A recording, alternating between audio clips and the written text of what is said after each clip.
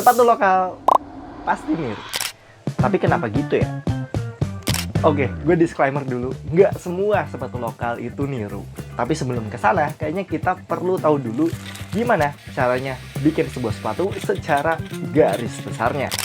Yang pertama, sebelum kita bikin sepatu, pasti masuk ke proses designing.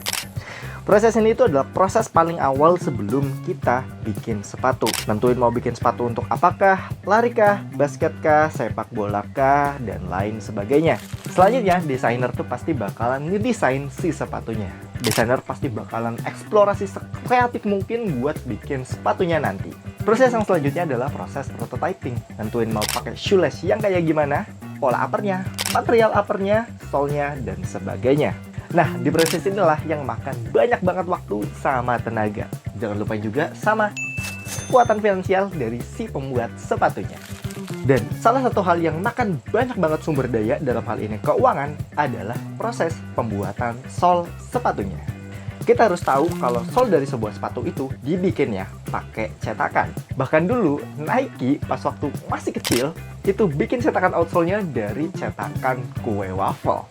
Bikin cetakan dari sol inilah yang ngabisin banyak banget sumber daya keuangan dari pembuat sepatunya. Apalagi kalau desain awal sol sepatunya tuh agak rumit, agak banyak detail, dan perlu kepresisian tinggi. Pastinya bakal banyak banget trial and error buat bikin cetakan solnya. Layaknya bikin penelitian, proses ini tuh banyak banget percobaan, dan setiap percobaannya pasti makan yang namanya biaya. Oke, sampai sini kalian pasti paham arah dari pembicaraan gue bakalan kemana.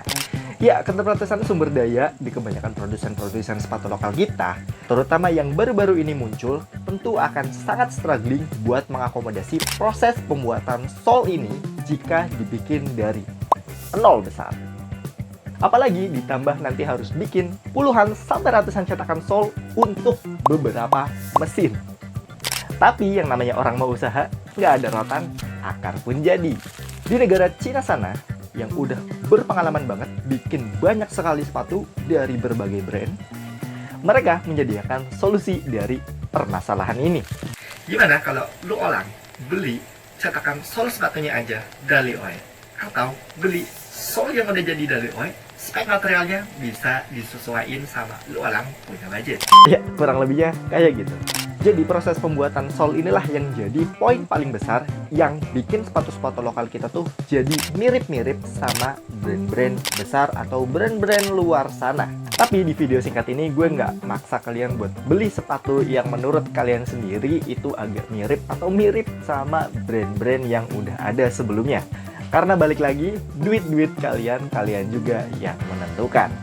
Tapi kalau misalkan kita keberatan buat beli sepatu yang mungkin menurut kita itu kesannya kayak niru sepatu-sepatu lain, mungkin kita tetap bisa dukung brand-brand lokal ini dengan cara beli mungkin bajunya, aparel yang lain, kaos kaki, atau apapun itu.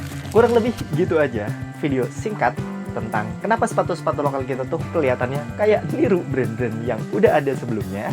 Dan kalau kalian ada komentar atau opini lain terkait hal ini, kalian boleh drop di kolom komentar atau kita bisa diskusi di kolom komentar di sana.